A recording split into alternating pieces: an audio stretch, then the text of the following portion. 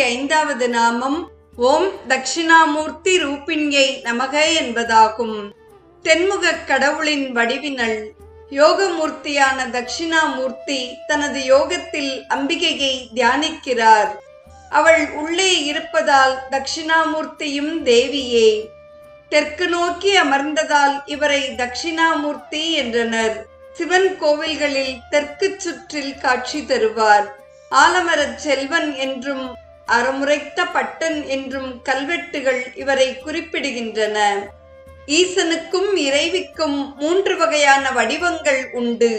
இருவரும் தனித்தனியே இருத்தல் ஒரு வகை. நடராஜரும் சிவகாமி அம்மையும் தனித்தனி வடிவத்தில் காட்சி தருகின்றனர். இருவரும் இணைந்திருக்கும் வடிவம் அர்த்தநாரீஸ்வர மூர்த்தமாகும். ஒருவருள் ஒருவர் அடங்கி இருக்கும் மூர்த்தம் 3வது வகை.